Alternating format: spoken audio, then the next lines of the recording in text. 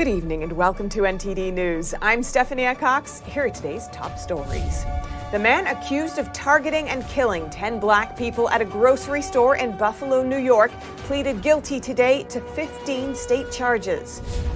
In a race to approve election results before the deadline, Arizona's Maricopa County held a special meeting. Despite hearing public calls for a new election, officials said they were bound by law to confirm the results. The White House responds to anti-lockdown protests in China, but it notably refuses to say one thing.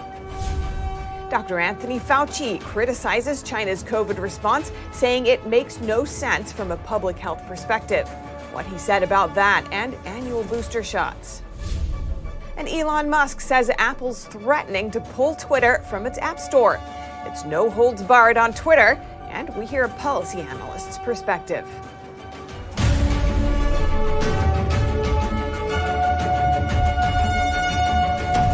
The man charged with opening fire at a grocery store in a predominantly black neighborhood of Buffalo, New York, pleaded guilty today to 15 state charges.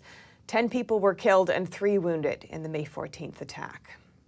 19-year-old Peyton Gendron pleaded guilty to 1 count of domestic act of terrorism motivated by hate, 10 counts of first-degree murder, 3 counts of attempted murder, and a weapons possession charge. The charges come with a mandatory sentence of life in prison without the chance of parole. The defense attorney said the guilty plea ensures there will be no state trial and Gendron will not appeal. The Erie County District Attorney described the attack as a racist hate crime. 11 of the 13 people were shot were black and 2 were white, officials said. And officials in Arizona's embattled Maricopa County approved election results today. Despite several objections from county residents, the Board of Supervisors maintained they were carrying out their legal duty. NTD's Arlene Richards reports. I would make the motion that we approve the November 8th, 2022 Maricopa County general election. As Arizona counties face a statutory November 28 deadline to approve their midterm election results, the Maricopa County Board of Supervisors held a special meeting. At the beginning of the meeting, County Supervisor Bill Gates said this. It is our statutory duty to complete this part of the election process. He explained the county's statutory duty to canvass election results. To canvass is a process that allows election officials to confirm every valid ballot cast and counted, including mail-in, early voting, election day, and provisional ballots. Gates said by law, residents can't challenge results until after the county and the state certify them. Challengers then have 5 days to complain. The Maricopa County Recorder, who is responsible for voter registration and early voting, touted the success of the early voting process. We had very few voter issues, and those we were able to resolve almost immediately.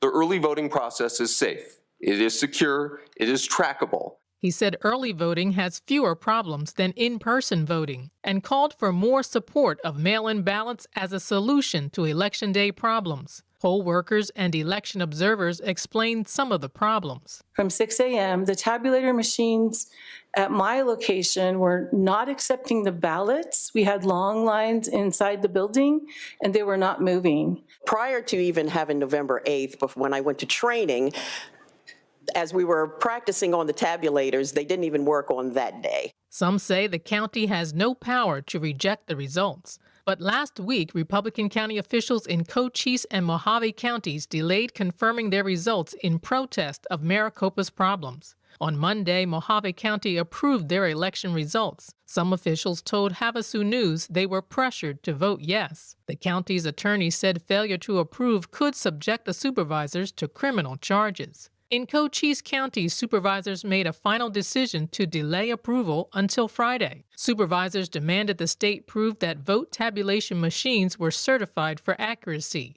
A spokesperson for the Arizona Secretary of State told News 13 their office would use all legal remedies to ensure all votes are counted. The office intends to certify the election results even if the counties don't approve the results. Meanwhile, on Sunday, Maricopa County defended its election process. In response to the Attorney General's election inquiry, officials said they followed state and federal laws. In a statement, Gates vowed to canvass the election on Monday. Arizona's Secretary of State Katie Hobbs is scheduled to certify Arizona's election results on Monday, December 5th.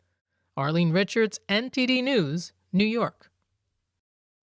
And Congress is slow-walking its approval of 2023's national defense budget, and the Pentagon is sounding the alarm. Secretary Lloyd Austin warns congressional leadership that this delay puts national defense at risk and undermines the ability to counter China. Here's NTD's Melina Weiskupp with more details. Lawmakers have returned to Capitol Hill with the long to-do list. At the top of their priorities is codifying same-sex marriage. Senators this evening are working on a procedural move to pass the Respect for Marriage Act. Now, this is even as the clock is running out for time-sensitive measures such as government funding, including the National Defense Authorization Act of 2023. Lawmakers have until December 16th to reach a deal on this, but right now it's unclear whether or not they will be able to reach a deal by then. Now, they have another option, that is passing another temporary funding bill, also known as a CR or continuing resolution. But the Pentagon warns that this could come at the cost of national security.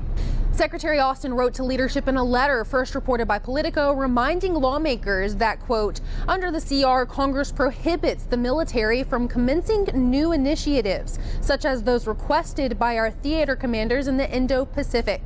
Now, this is an area where China has continued to use military and economic coercion to destabilize the region. The Pentagon is urging Congress to break its pattern of kicking the can down the road, so to speak, writing directly, quote, we must break this pattern of extensive inaction. We can't outcompete China with our hands tied behind our back 3, 4, 5, or 6 months of every fiscal year. But while delaying the NDAA does put the Pentagon on edge, it may turn out in favor of Republicans, giving them more control and more leverage over what goes into it. That's because Republicans will have control over the House come January. And House Minority Leader Kevin McCarthy did tell reporters that he hopes to see the NDAA on hold until January so that they could, quote, get it right. But it's also important to note that McCarthy was one of over 100 Republicans who voted for the House-passed version over the summer.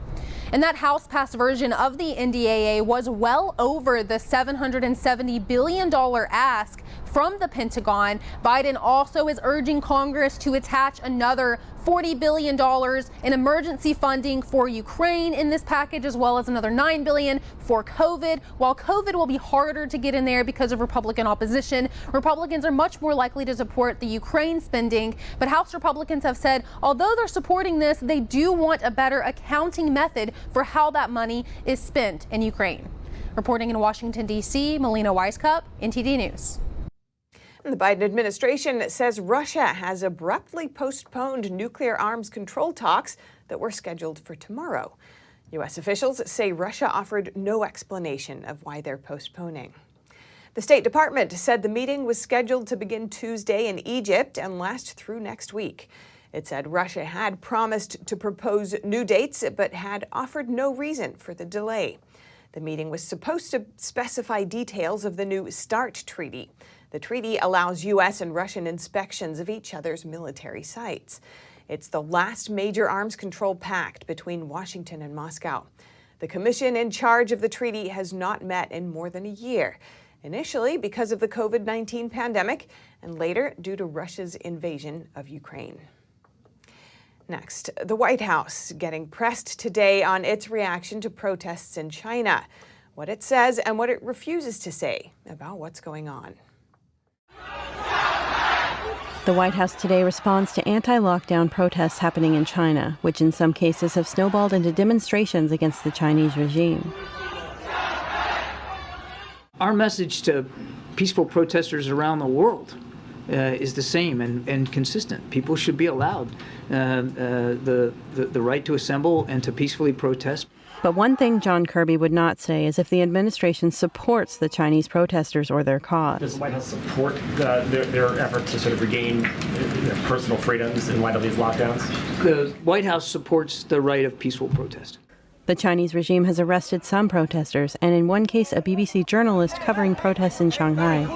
But neither John Kirby on the podium nor a White House statement from Monday issued any condemnation of the Chinese regime's actions. Why not? We're watching this closely, as you might expect we would. And again, we continue to stand up and support the right of peaceful protest. And that's in contrast with how the administration responded to protests in Iran. Biden was quick to support protesters there, and Kirby on Monday said the U.S. would hold the Iranian government accountable for the way it's treating its people. Meanwhile, Republican Senator Marsha Blackburn is calling on President Biden to, quote, stand up against Xi and support what she calls freedom fighters in China. Biden, who personally met with Xi Jinping earlier this month, has yet to personally comment on the ongoing protests. And here in the U.S., Dr. Anthony Fauci criticized China's COVID response. He also defended American policies while hinting at annual booster shots. Dr. Anthony Fauci, outgoing director of the U.S. National Institute of Allergy and Infectious Diseases and President Biden's chief medical advisor, appeared in 2 interviews that both aired on Sunday. He said on NBC's Meet the Press that Chinese COVID policies don't make sense from a public health standpoint. Their approach has been very, very severe and rather draconian in the kinds of shutdowns without a seeming purpose. According to Fauci, lockdowns in the U.S. made more sense because they were done temporarily to flatten the curve and gain strength. For the purpose of regrouping, getting more personal protective equipment, getting people vaccinated. He added that it seems like in China, people are being locked up without any obvious end goal, like getting people vaccinated. Speaking on CBS's Face the Nation, Fauci accused China of failing to cooperate with an investigation into the origins of the virus.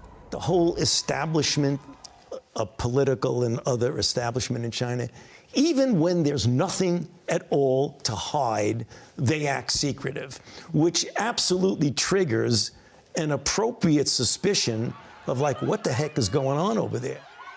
Fauci says there's strong evidence that the virus occurred naturally, but that he'll keep an open mind about the possibility that it leaked from a lab.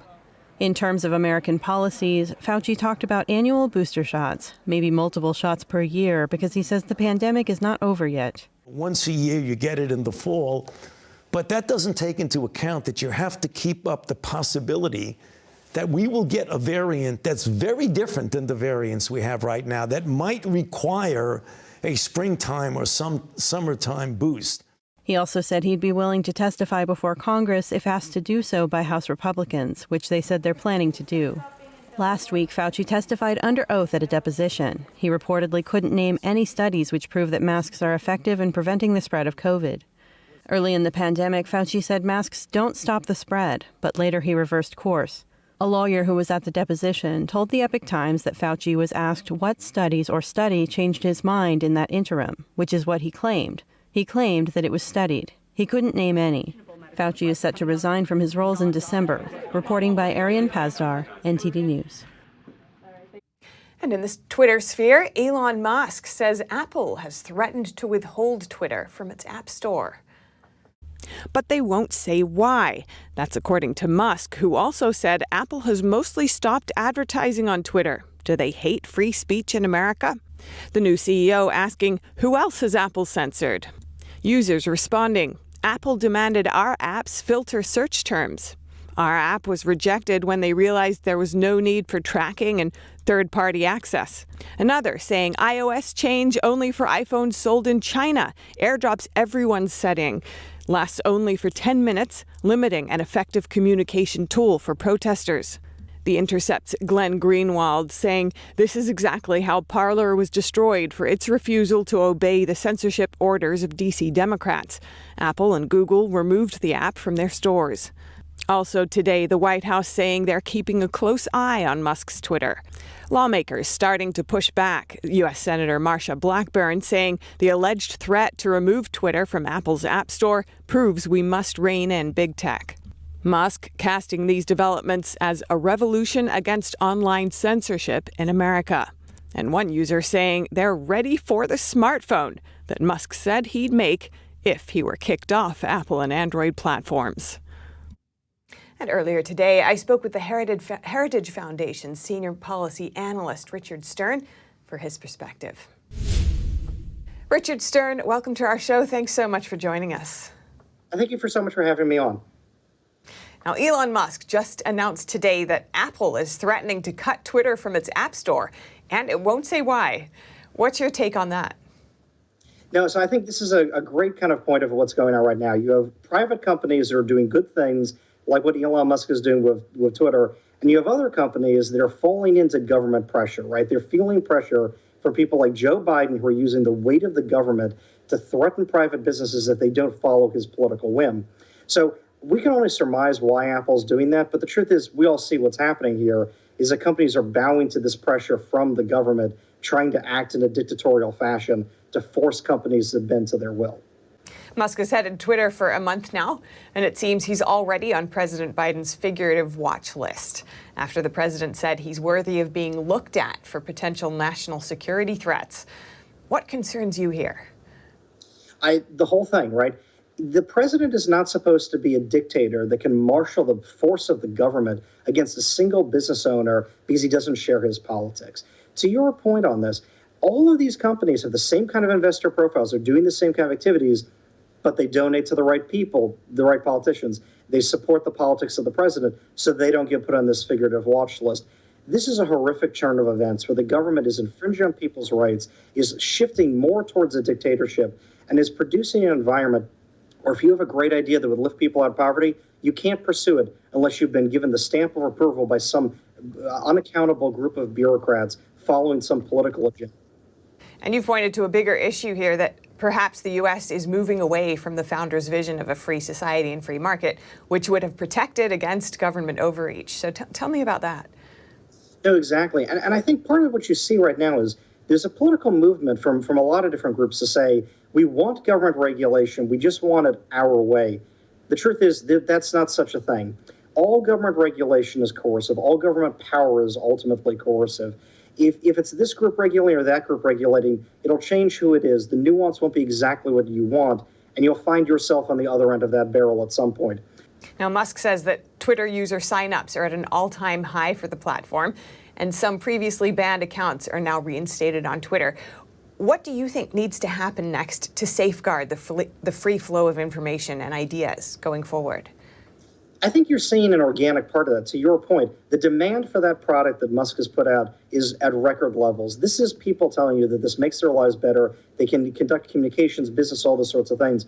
What needs to happen is the government needs to get out of the way. It needs to stop this kind of witch hunt for him and people like him. It needs to stop putting pressure on companies like Apple to bow out, or advertisers, all these other things. We need the government to stop making these threats. We need companies to reject cancel culture and to follow in this blueprint that Musk has laid out, to do things that are good for people, that there's demand for, that better people's lives, and to stop bowing to the whim of would-be dictators trying to throw around the power of the government. Richard Stern, Senior Policy Analyst at the Heritage Foundation, thank you so much. Thank you so much for having me on. And if you have any news tips or feedback for our show, you can email us at eveningnews@ntd.com. And coming up, a man who claims to cure cancer, AIDS, and more would have turned 89 over the weekend.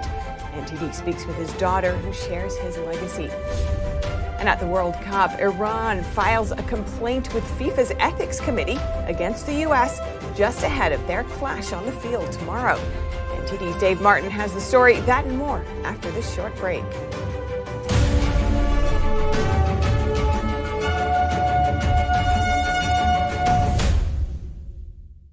Shen Yun Creations, the streaming platform from Shen Yun, featuring world-class dance, past programs, and all original music.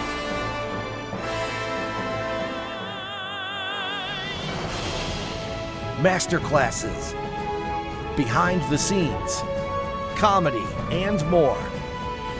Explore shenyuncreations.com. The events of COVID wrecked lives, quality of life, the economy, and healthcare in the U.S. and much of the Northern Hemisphere. Yet, Uttar Pradesh, as well as many countries in Africa, Latin America, and Scandinavia, got it right. They defeated COVID. How did they succeed? The defeat of COVID shows how and why successful measures against COVID are working. Written for the well-educated layperson, backed by over 500 medical studies, this book is sensible information at last on Amazon.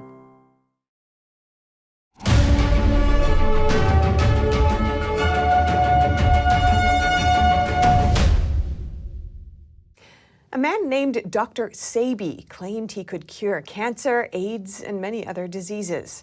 Saturday would have been his 89th birthday. NTD's Jason Perry spoke with his daughter, who shared his story.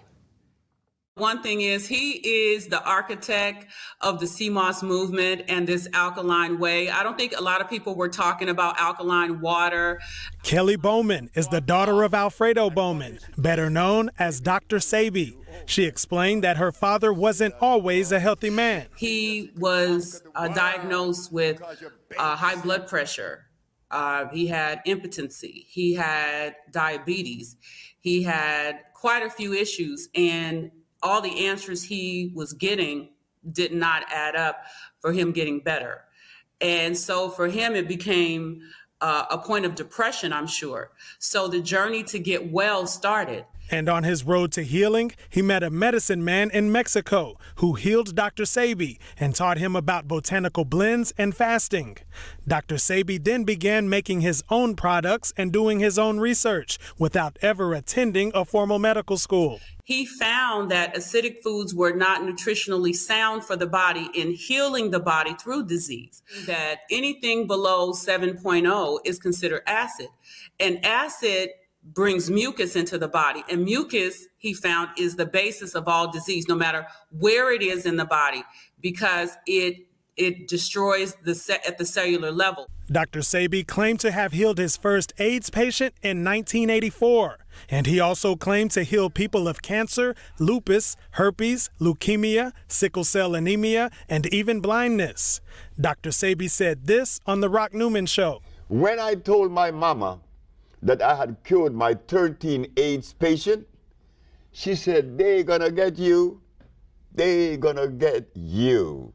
In 1987, Dr. Sebi was arrested and charged for practicing medicine without a license and making fraudulent medical claims. Dr. Sebi defended himself in court, and he was asked, where was the so-called mucus in AIDS? It's in the skin, it's in the blood, and the lymphatic system that makes up the immunological system. That is where you find the mucus, Mr. Victor Herbert. Dr. Sebi said he brought to court over 70 of his patients he claimed to have healed, along with medical doctors to verify that each of the patients had been healed of certain diseases. Dr. Sebi won that case against the New York State Supreme Court. His daughter Kelly has those court documents on display at an exhibit in Atlanta, the city where she runs her own herbal business called Sebi's Daughters.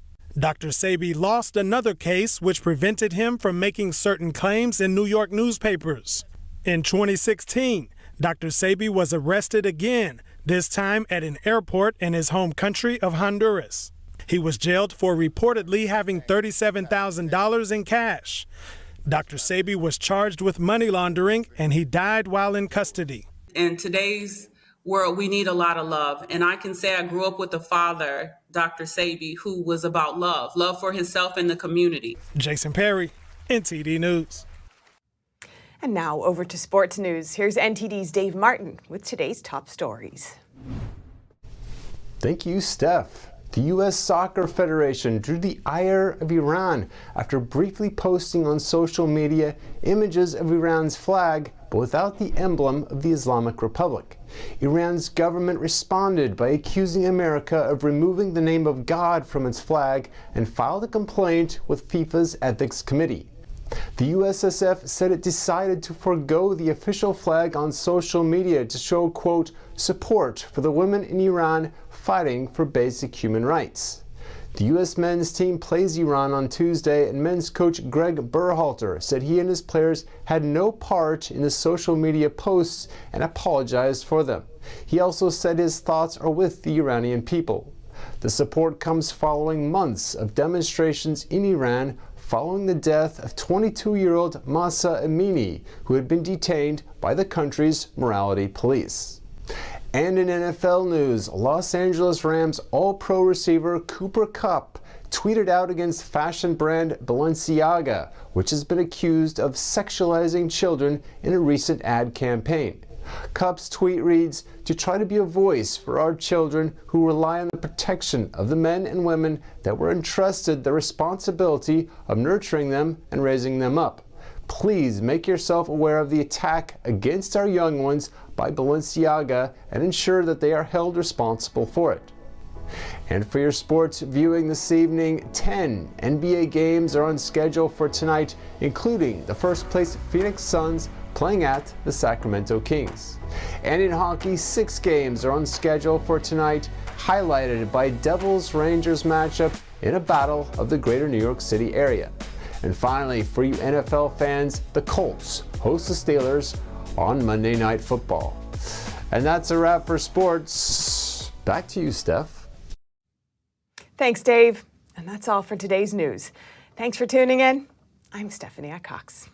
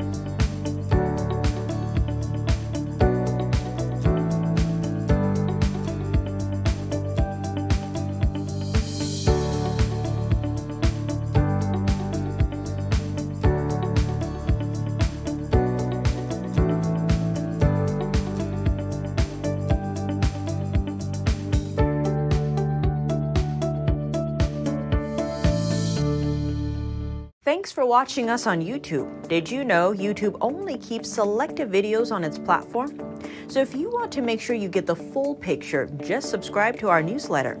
Go to newsletter.ntd.com and sign up. It's free.